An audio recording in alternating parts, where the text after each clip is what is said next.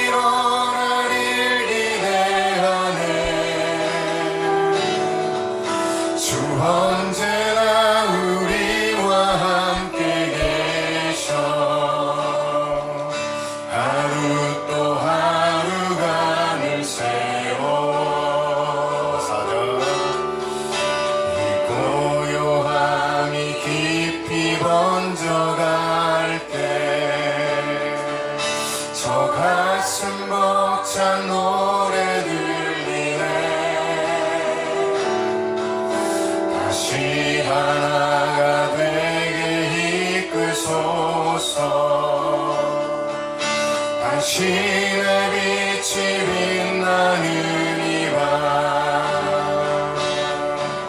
그 선한 힘이 우릴 감싸시니 믿음으로 일어나길 기대하네. 주 언제나 우리와 함께 계셔. 하루 또 하루가 늘 새로워. 주 언제나 우리와 함께 계셔. 하루 또 하루가 늘 새로워.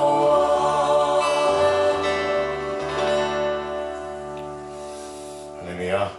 네, 인사하겠습니다. 사랑하고 축복합니다. 자, 주보 옆면을 보시면 나의 중보자라는 제목으로 시작합니다. 욥이 영어식 표현을 하면 희한하게도 잡이에요. 잡은 뭐죠? 네, 일이기도 하고 직업이기도 하고. 근데 히브리 말로 해석을 해보니까 회개한 자, 적을 가진 자라는 뜻을 갖고 있습니다. 뭐 이름은 그렇다 치더라도 오늘 욥은 욥기 1장을 보면 욥은 동방불상 아직 동방의 거부였다라고 이야기합니다. 거부는 뭐죠? 사람들이 취하는 건가요? 거부. 거부는 엄청 부자라는 뜻이에요. 전남에서 제일 부자가 누군지 아세요? 저요. 그렇게 될 줄 믿습니다. 전남에서 제일 큰 부자는 아마 우리 중에 있지 않나 하는 생각을 해보고, 저 또한 저도 부자라고 생각합니다. 왜 부자일까요? 네? 네. 그렇죠. 마음만큼은 부자죠. 여기 앉아있는 모두가 마음만큼은 부자가 되시기를 축복합니다. 물론 마음뿐만 아니라 모든 일은 마음 먹게 달렸기 때문에 마음이 평안해야 됩니다. 아무리 부자여도 마음이 편하지 않으면 진정한 부자라고 할 수 없겠죠. 여러분 안에 있는 그 부유함을 어느 누구도 빼앗을 수 없는 귀중한 보물이라고 여기면서 오늘 말씀의 문을 열도록 하겠습니다. 고난의 비밀. 이 세상의 비밀 중에 어렵고 심오한 비밀이 바로 고난 또는 고통이라고 할 수 있습니다. 우리 중에 고통받는 것을 좋아하는 사람은 아마 한 사람도 없을 겁니다. 그렇죠? 고통받는 걸 좋아하는 분 혹시 계세요? 이 고통받는 것을 좋아하는 사람을 있긴 하죠. 세디스트, 가학적 고통을 즐기는 사람도 있긴 한데 이건 정상적인 사람은 아닙니다. 뭔가 삶이 뒤틀려 있는 사람들이 그렇게 되는 거죠. 또한 어떠한 사람도 고통 없이 살아가는 사람도 없다는 거예요. 고통과 고난을 다 싫어하고 다 자기가 겪기를 원하진 않지만 우리 중에는 고난 없이 살아가는 사람이 한 사람도 없다는 거예요. 혹시 고난이 없으신 분 손 들어보세요. 저는 고난이 없는데요. 예. 할렐루야. 우리 주연이는 고난이 없답니다. 고난이 없으면 예수님이죠, 예수님. 예수님과 함께하니까 할렐루야. 부럽습니다. 고난이 없고 싶네요. 여기 앉아있는 우리 어린아이부터 우리 어르신까지 아마 고난이 없이 살아가는 사람은 한 사람도 없을 것이고 고난이 없었던 적도 없을 겁니다. 뗄래야 뗄 수 없는 참 신비스러운 일이기도 하고 참 괴로운 문제이기도 합니다. 문제는 그냥 우리가 일반적인 삶을 살아가면서 고난을 당하면 그럴 수 있다고 하는데 신실한 신앙생활을 하는 믿음 생활을 잘하는 우리들에게 고난이 닥쳤을 때 이해할 수 없고 또 감당할 수 없는 고난과 고통이 당하면 그때 우리의 신앙이 어떻게 되냐면 낭망하게 된다는 거예요. 그 소망의 삶에서 낭망의 삶으로 바뀌면 적지 않게 하나님을 떠나가는 상황이 벌어지게 된다는 겁니다. 그런 차원에서 보면 오늘 이 본문에 나오는 욥이라는 사람은 오늘 우리들에게 뭔가 엄청난 메시지를 그의 인생을 통하여 그의 삶을 통하여 이 성경 한 구석에서 메시지를 전해주고 있다는 거죠. 경험해보진 않아서 우리도 이 욥의 상황을 정확히 알 수는 없지만 욥이 경험한 것은 뭐냐면 고난을 통하여 하나님을 찾게 되었고 또 그냥 찾는 것이 아니라 하나님을 보게 되었다라고 하는 것이고 또 그 안에 고난 안에 숨겨진 예수님의 은혜를 경험하게 되었다는 거예요. 이게 오늘 우리가 봐야 될 거죠. 우리는 이제 고난 자체만 보기 때문에 고난 속에서 무슨 하나님을 찾고 하나님을 보게 되어지며 예수님의 은혜를 경험할 수 있는가라고 반문할 수 있지만 역사적으로 성경에 기록한 이 욥이라는 인물을 통해서 자신의 온 삶을 사실 여기에 담아내고 있거든요. 이것은 우리가 신앙생활 할 때 1, 2년 하다가 많이 이야기를 적었다면 신빙성이 없겠지만 자신의 모든 인생을 녹여서 여기다가 담아놨기 때문에 이 말씀은 오늘 우리들에게 큰 모범과 귀감이 되어지는 말씀이라는 겁니다. 그런 차원에서 고난을 당하는 우리 모두가 크건 작건 어려운 문제 가운데 있는 우리가 여러분의 문제와 고난 속에서 하나님을 찾고 하나님을 보게 되어지며 결국 그 안에 감추어진 예수 그리스도의 은혜를 경험하는 복된 말씀이 되시기를 간절히 축복합니다. 두 번째로 생각하면 뭐냐면 고난의 피난처, 침묵기도라는 겁니다. 욥이 고난당할 때 한 걸음에 달려온 3명의 친구가 있었어요. 엘리바스라는 사람이 대표적으로 제일 먼저 왔는데 문제는 이 친구들이 욥의 고난의 진짜 이유를 모르고 욥에게 회개를 간구하는 넌 죄 때문에 그렇게 고난받는 거야, 어려움 당한 거야 라고 이야기해서 욥이 마음에 큰 상처를 받는다는 거죠. 절친이기 때문에 거리낌 없이 욥에게 직설적으로 말했습니다. 그러니까 뺑뺑 돌려서 이야기할 수 있는데 그게 아니라 뺑뺑 돌리는 게 아니라 직설적으로 야, 네가 잘못했기 때문에 그래. 네가 죄를 졌기 때문에 이런 비극이 닥쳐온 거야. 이런 이제 직설적으로 이야기하니까 고난은 죄 때문에 온다라는 인식이 머리에 박혀버린 겁니다. 그렇게 단정지어서 말하는 이 욥의 친구들을 우리의 눈으로 바라보면 믿음의 눈이 아닌 현실의 눈으로 바라본다면 그 친구들의 지적이 맞을 수도 있어요. 뭔가 잘못했기 때문에, 뭔가 실수했기 때문에 라고 하는 지적이 받을 수 있습니다. 합리적인 조언이라고 이야기할 수 있겠죠. 여러분, 고난당할 때 제일 싫은 사람이 누구예요? 여러분이 고난당할 때 제일 싫은 사람.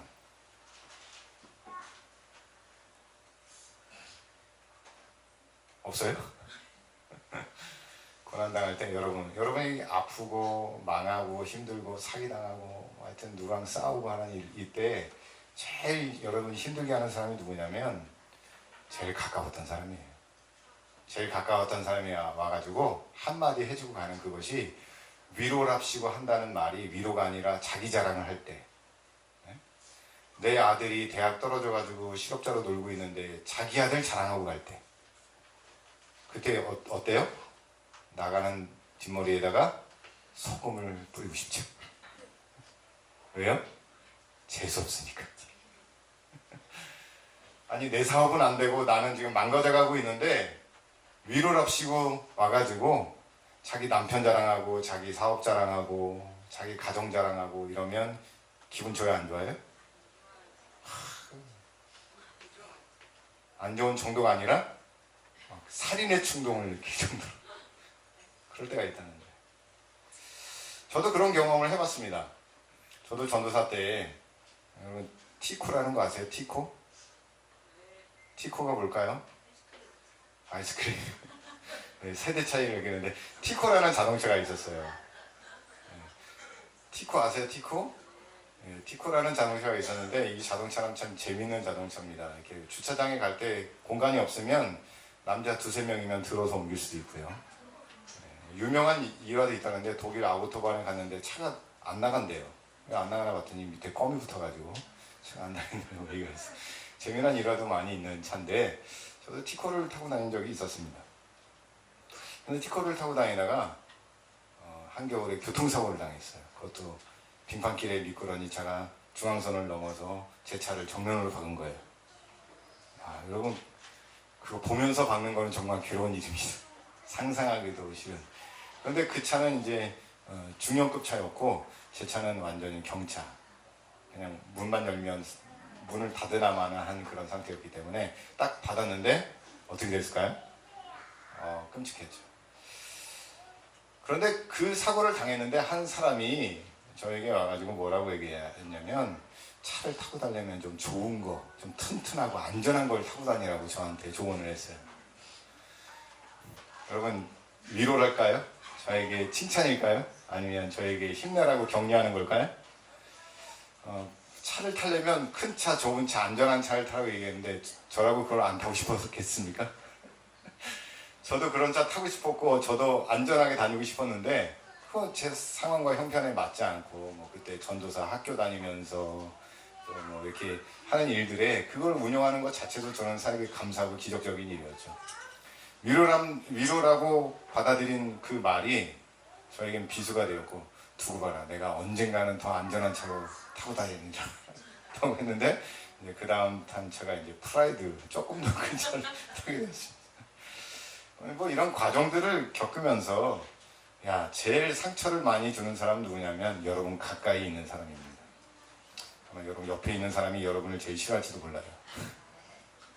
신앙생활을 하다 보면 우리에게 가장 많은 아픔과 슬픔과 괴로움을 주는 것은요, 지구 반대편에 있는 사람이 우리에게 그런 어려움을 주지는 않습니다. 바로 우리 옆에 있는 사람이 그런다는 거죠. 욥에게 있어서 가장 큰 아픔은 뭐냐면 물론 자녀를 잃는 것도, 재산을 잃는 것도, 자기 부인이 자기를 저주하는 것도 다 어떻게 보면 견딜 수 있었을지 모르겠지만 마지막 이 절친이라고 생각했던, 그리고 어려움 당했을 때 누구보다 빠르게 다가와서 자기에게 고난의 문제를 가지고 함께 이야기해주는 이 친구들이 아마 가장 친했지 않았나라는 생각을 했어요. 그런데 처음과는 다르게 대화를 하면 할수록 무슨 문제가 있었냐면 욥을 비난하기 시작하는 거예요. 너 얼마나 의로웠길래, 너 얼마나 깨끗하길래 너 그렇게 버티고 있느냐. 너 하나님 앞에 기도하며 하나님 앞에 엎드려라. 하나님 앞에 회개해라. 그런 말을 계속 반복적으로 하는 거예요. 여러분 좋은 말도 계속 들으면 뭐예요? 힘들어요. 짜증나요. 적당한 칭찬과 격려가 제일 좋은 거예요. 사실 저는 병원을 그렇게 좋아하진 않습니다. 제가 누워있는 것도 싫어하고 찾아가는 것도 별로 좋아하진 않습니다. 근데 병원에 가서 오래 앉아 있는 게 좋을까요? 사실 그것도 좋지 않습니다. 왜냐하면 날실수록 몸이 아픈 사람에게 마음과 영혼에까지 상처를 줄 수 있기 때문에 그렇습니다. 어떻게 보면 고독이 치유가 될 수 있는 거예요. 혼자 있는 것이 가장 큰 치유라고 생각할 때도 있습니다. 문제는 뭐냐면 이 세 친구들은 욥을 위해 침묵하며 기도하는 사람이 한 사람도 없었다는 거예요. 곁에서 아무 말도 하지 않고 그냥 묵묵히 바라봐주면서 손을 잡아주는 그런 사람이 한 사람도 없었다는 겁니다. 저에게는 아주 귀한 친구가 한 명 있었는데 이 친구는 제가 말하지 않고 요구하지도 않았는데도 제가 가장 어려운 문제를 겪고 있을 때 자신의 시간을 투자해서 일주일 내내 함께 있었던 친구가 있어요. 그래서 제가 어려움을 당하고 있는 그 문제에 대해서 한마디 말도 꺼내지 않고 그냥 묵묵히 동행을 해줬던 친구가 있습니다. 아직도 기억하고 그때가 생생을 합니다. 어딘가에 찾아보면 아마 그 친구가 찍은 사진도 있겠죠. 그렇게 한 일주일 동안 같이 지내다 보니까 문제의 양상을 새롭게 볼 수 있는 힘이 저에게 생기게 되었습니다.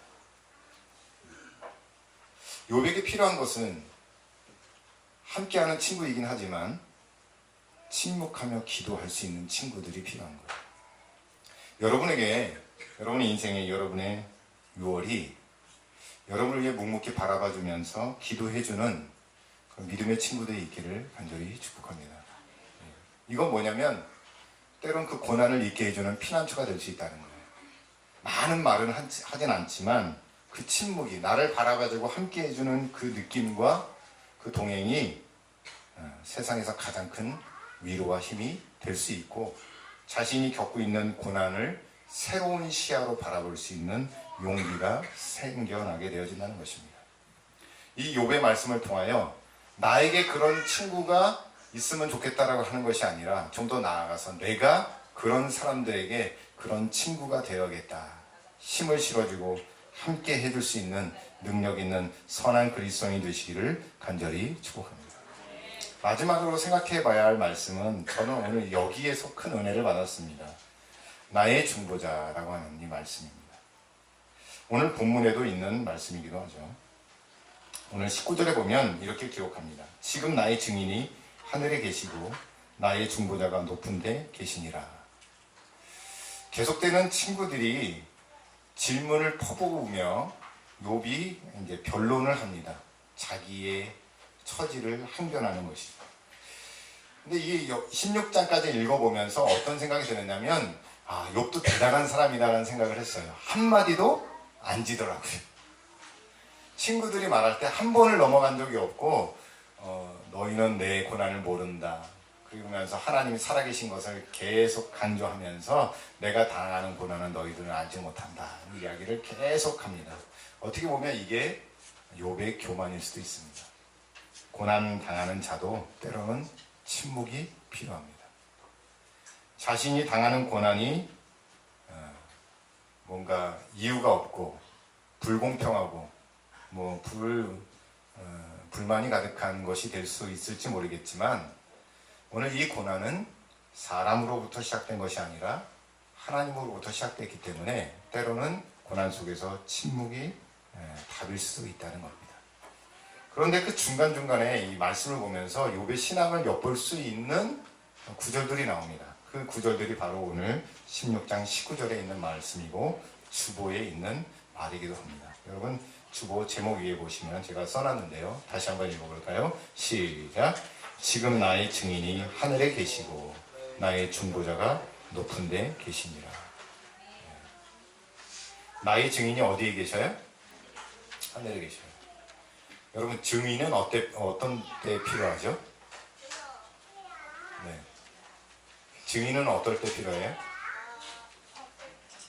자꾸 거짓말할 때 사람이 거짓말할 때, 감옥 갔을 때. 귀여워. 여러분 증인은 어떤 사건이 벌어지고 그 사건이 법적인 문제를 다툴 때에 자신의 억울함을 대변해 줄 수 있는 사람이 필요할 때 증인이 필요합니다. 그런데 요셉은 증인이 지금 어디에 있다라고 얘기하고 있어요? 땅에 있어요? 없어요? 없어요. 자신이 당하는 고난의 문제를 이해하고 알아줄 수 있는 사람이 이 땅에 아무도 없다는 거예요. 근데 욥의 마음이 혹시 여러분의 마음 같지 않습니까? 여러분이 당하는 고난의 문제 이 세상 사람들이 이해할 수 있어요? 죄송합니다, 목소리. 이 세상 사람, 내가 당하는 고난은 이 세상 사람 아무도 이해하지 못합니다. 진짜로 그래요. 그렇죠? 제가 가서 위로하고 신방해주고 기도해줘도 사실 그거는요 사람의 말로 들린다는 거죠. 진짜 여러분의 증인은 하나님이십니다. 그분은 이 땅에 계시지 않고 여러분 마음속에, 여러분의 삶 속에 함께하고 있습니다. 근데 이게 무슨 말일까? 저는 이게 엄청난 믿음의 말, 신앙 고백이라고 생각합니다. 이런 고난을 당하고 있는데 하나님만이 아셔. 그분만이 아시는 일이야. 너희는 몰라. 지금 이 얘기를 하고 있는 거예요. 때로 우리가 경험하고 있는 일들이요 하나님만 아시는 일이에요.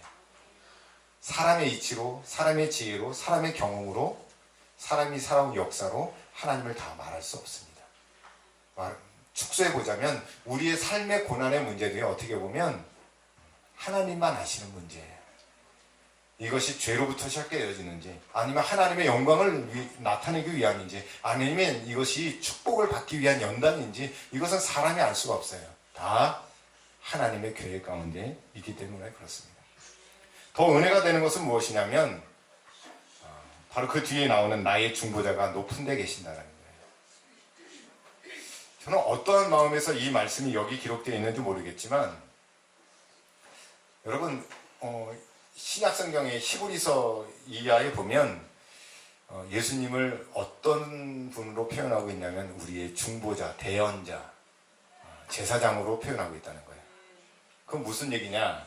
여기 오늘 욥이 고백한 것처럼 나의 중보자, 나를 위해서 간구하고 나를 위해서 대신 말해주는 분이 있다는 겁니다. 나를 위해 대신 간구해주는 분이 있다는 건데 그가 예수 그리스도를 나타내는 거예요. 예수님을 볼 수 있다는 거죠. 여러분의 중보자가 단순히 세상 내 말을 들어주고 나를 이해해주고 내 마음을 조금이라도 알아주는 어떤 사람이 아니라 저는 이 오늘 요셉의 고백처럼 나의 중보자가 높은 데 계신다라고 하는 이 고백이 있기를 간절히 축복하는데 이 세상 누구도 여러분의 마음을 100% 이해하는 사람은 없어요. 진짜로 그래요. 그리고 우리에게 필요한 사람은 내 말 들어주고 맛있는 거 같이 먹어주고 같이 목욕가지고 그런 사람이 필요한 게 아니라 중보자가 필요하다는 거예요. 중보자. 자신의 힘으로나 능력으로 알 수 없는 고난 속에서 가장 필요한 것은 바로 중보예요. 중보. 기도. 나를 위해서 기도해 주는 거예요. 욥은 오늘 말씀을 통해서 중보를 원하고 있다는 것을 또 간접적으로 이야기해 주는 거예요. 야, 너희들 그런 얘기 하지 말고 나를 위해서 기도해 주면 안 되겠니? 이런 메시지를 또 역으로 전달해 주고 있는 거예요. 그리고 어떤 사람이 힘든 얘기 할 때 이 지겹다. 그 얘기 그만해라. 그렇게 반응하지 마시고 그렇게 우리들에게 말하는 이유는 뭐냐면 날 위해 뭐 해달라는 거예요? 기도해달라는 메시지를 간접적으로 전해주고 있는 거예요. 우리에게 영원한 중보자 되신 예수님이 계십니다. 할렐루야. 예수님은 우리의 모든 고난을 체휼하셨고 누구보다 우리를 잘 아시는 분이라고 히브리서 4장 14절에서 16절까지 기록하고 있습니다. 이 말씀을 꼭 찾아보시고 제가 거기 히브리서 7장 말씀도 기록해놨는데 우리 함께 읽어보겠습니다. 주보 오른쪽 맨 끝에 보시면 히브리서 7장 25절 말씀 함께 읽어보겠습니다. 시작. 그러므로 자기를 힘입어 하나님께 나아가는 자들을 온전히 구원하실 수 있으니 이는 그가 항상 살아계셔서 그들을 위하여 간구하심이라. 아멘. 우리 예수님은 항상 살아계셔서 도움을 구하는 자들을 위하여 반드시 중보해 주시고 들어주기만 하는 것뿐 아니라 여러분 들어주기만 해도 때로는 큰 위로가 되죠. 내 사연, 내 어려운 문제를 들어주기만 해도 참 기분 좋을 때가 있어요. 그런데 예수님은 간구를 들어줄 뿐만 아니라 간구를 해결해 줄 수 있는 능력을 가지고 계신 능력의 주님이시라는 거예요. 이런 분이 우리의 중보자라는 것이 얼마나 감사하고 얼마나 힘이 납니까? 여러분, 그 주님을 찬양하며 6월 한 달 힘있게 시작하시기를 간절히 축복합니다. 함께 찬양으로 하나님께 나아가겠습니다. 예배합니다.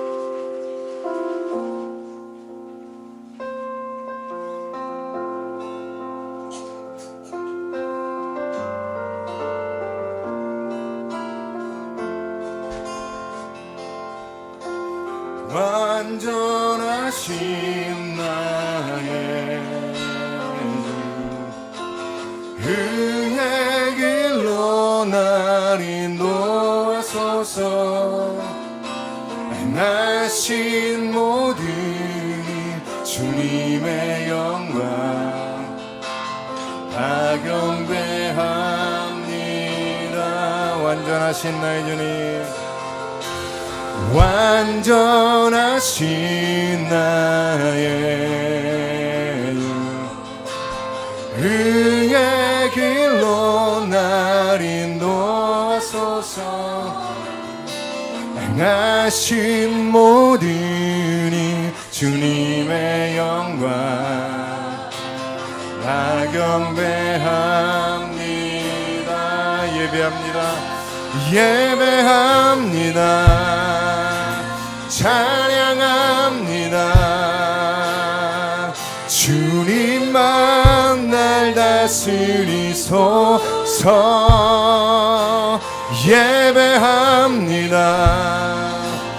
찬양합니다.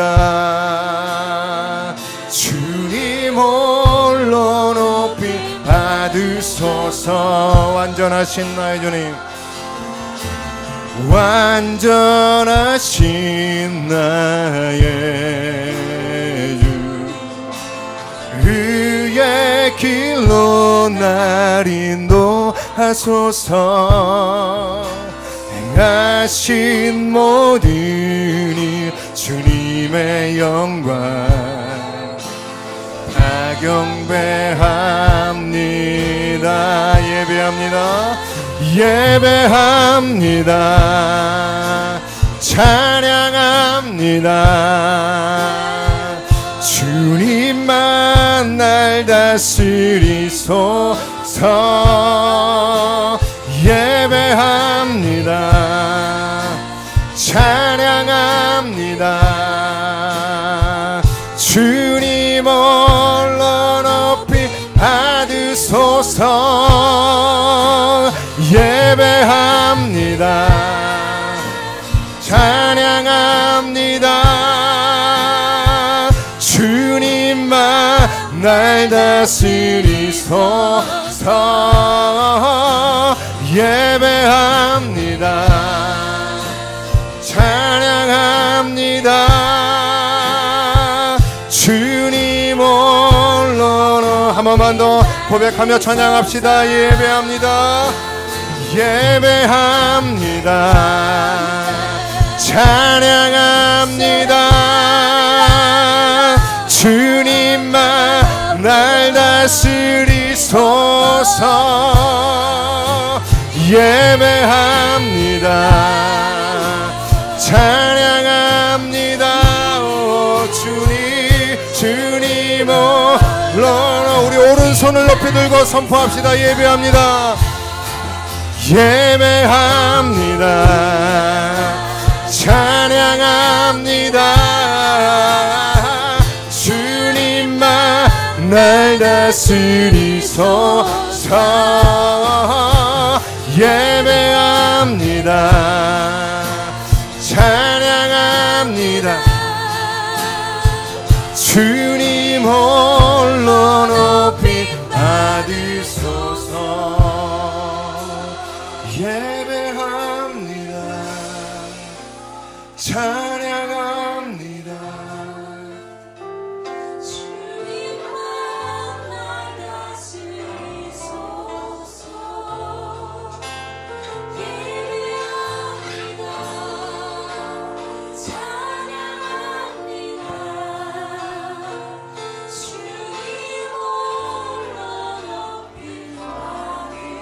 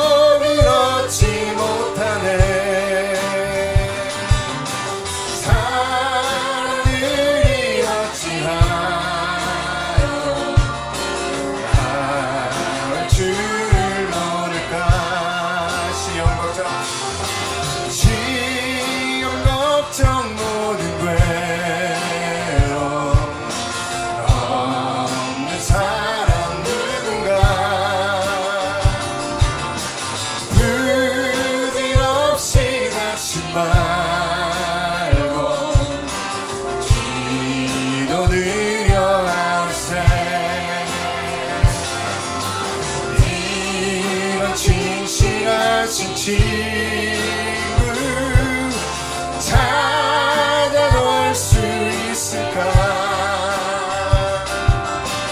우리 약함한 시온이 없지 아니할까? 근심 걱정 무거운 근심 걱정 무거운 나를 진짜 누군가 피난처는 우리 예수 주께 기도 드리세 세상 친구가 시하고 너를 조롱하여도 예수 품에 안기어서 참된 위로받게 돼 죄진 맡은 우리 어찌 좋은 친구인지 걱정 근심 무거운지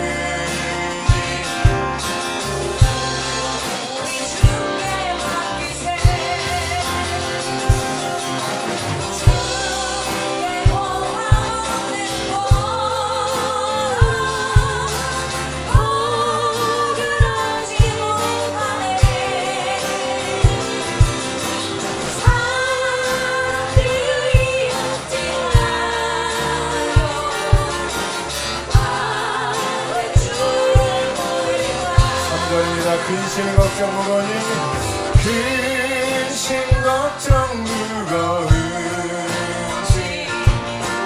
나를 진짜 누군가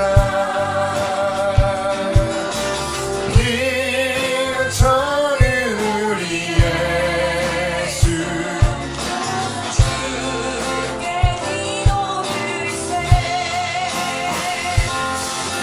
세상 친구가 시하고 너를 조롱하여도 예수 품에 안기어서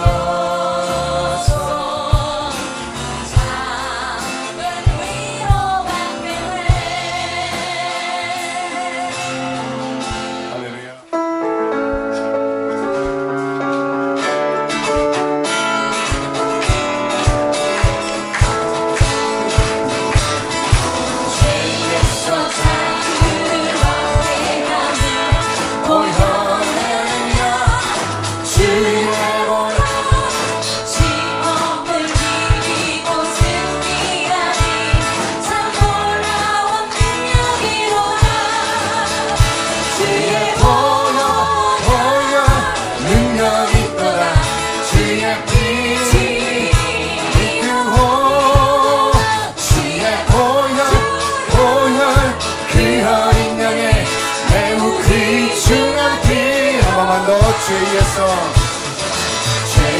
죄에서 자유를 얻게 하는 보혈의 능력 주의 보혈 진영을 이기고 승리하니 참 놀라운 능력이로다 주의 보혈 능력 있도다 주의 피 이루어 그 어린 양의 매우 귀중한 피 눈보다 더 이게 밝히는 것 눈보다 더 이게 밝히는 것 보혈의 능력 주의 보혈 부정한 모든 것 밝히시니 참 놀라운 능력이로다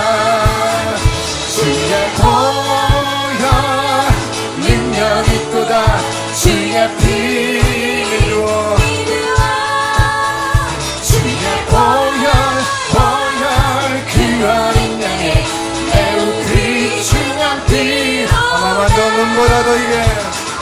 눈보다 더 이제 밝히는 것 보혈에는요 주의 보혈 부정한 모든 것 밝히시니 참 놀라운 능력이로다.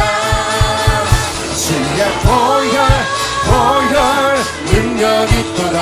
주의 피 믿으오.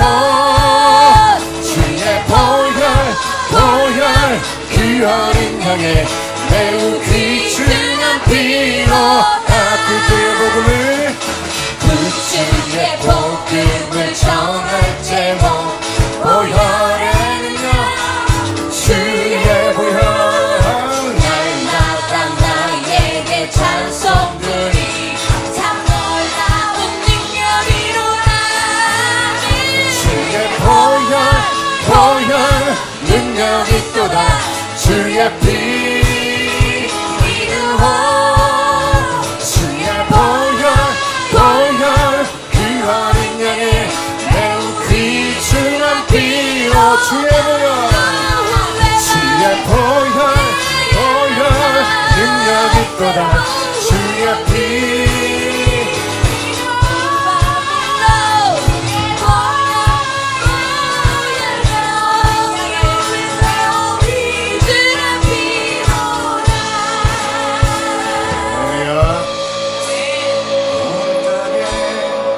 주인 되신 주님이 내 이름 아시며 상한 맘 돌보네.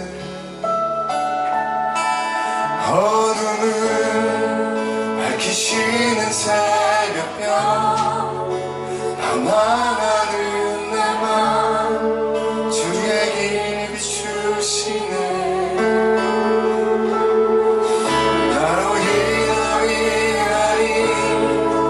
주가 행하신 일로 나의 행함이 아닌 오직 주로 인하여